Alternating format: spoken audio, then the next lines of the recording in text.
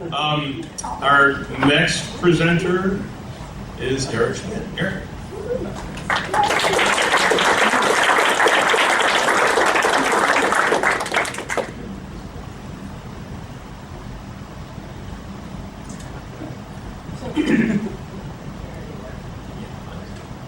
I've titled this talk, Humbled by This Moment, borrowing a line from Teresa Storch, who performed here in the school.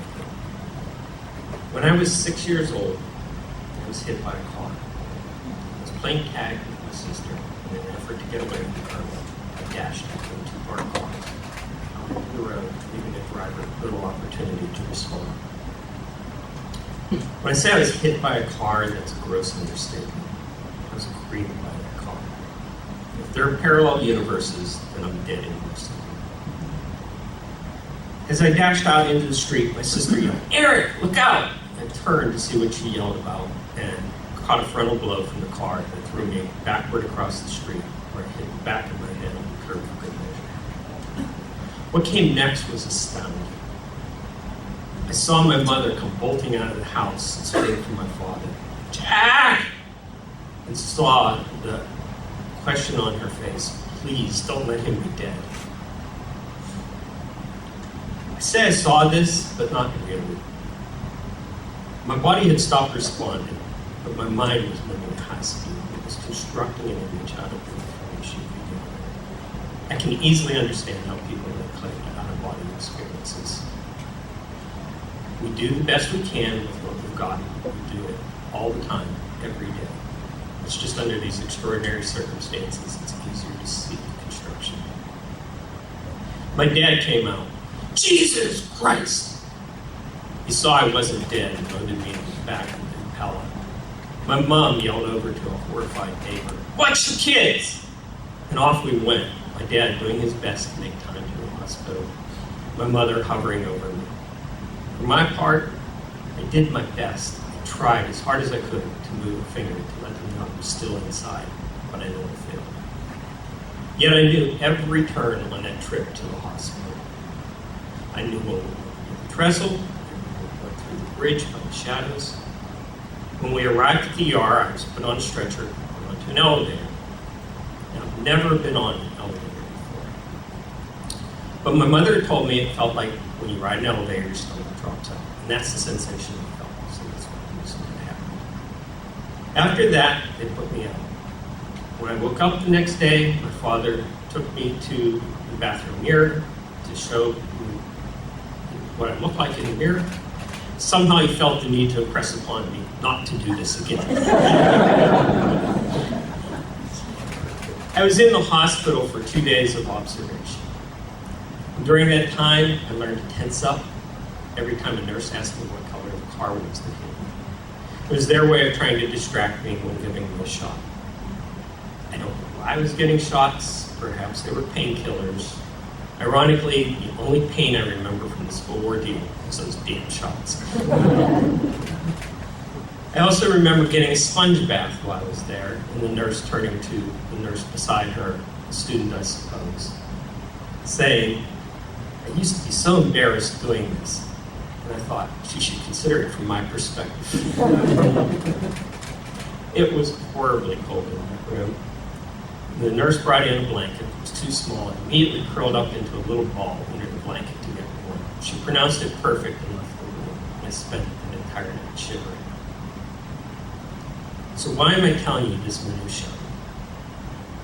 I'm telling you this because of the last vivid memories I have. I didn't know it at the time, how I didn't know it for years. But that accident took away my episodic memory.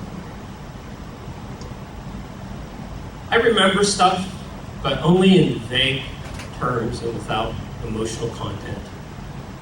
Very sketchy. Perhaps as a consequence, I have actually exceptional ability to process the information. I'm the go-to guy for me.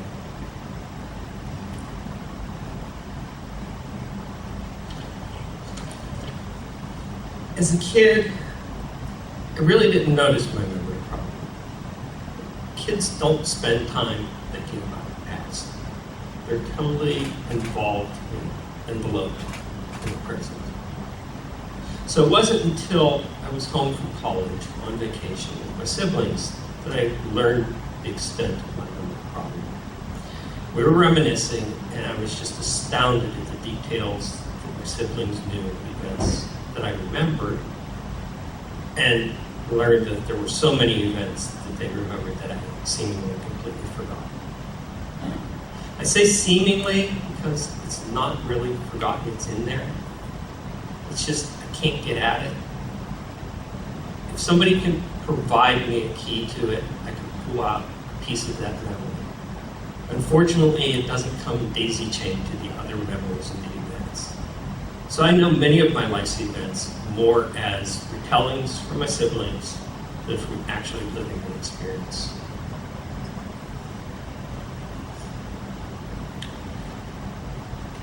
Amazingly, it took me decades to figure out that this was caused by an accident.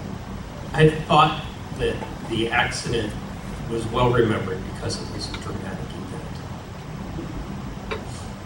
But since then, what I've discovered is other dramatic events are not well remembered. How bad is it? I forgot when my mother died. Forgot the day. A brother recently told me that it was the day after Halloween. Now that was a key. Halloween was my ex-wife's birthday. My mother had struggled all of that day not to die on her birthday. How can I forget that? But I'm grateful to forget some things.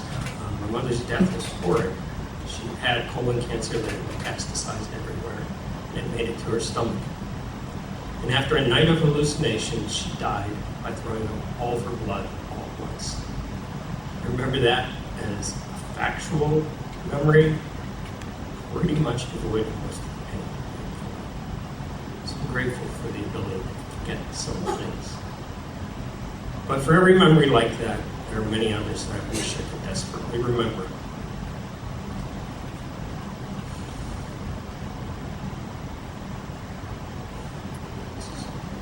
I called him my first son, now deceased, experiencing one of his kisses.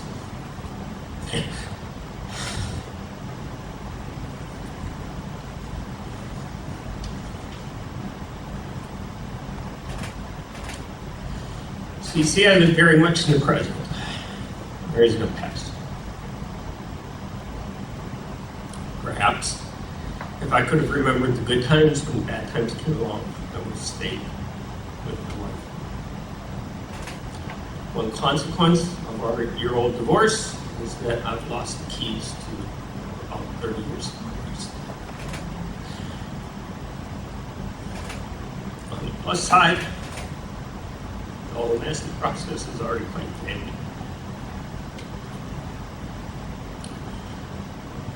My memory deficit presents social problems. So, if I forget having met you before, our lunch together, our conversation, please excuse me. Just need help from me to keep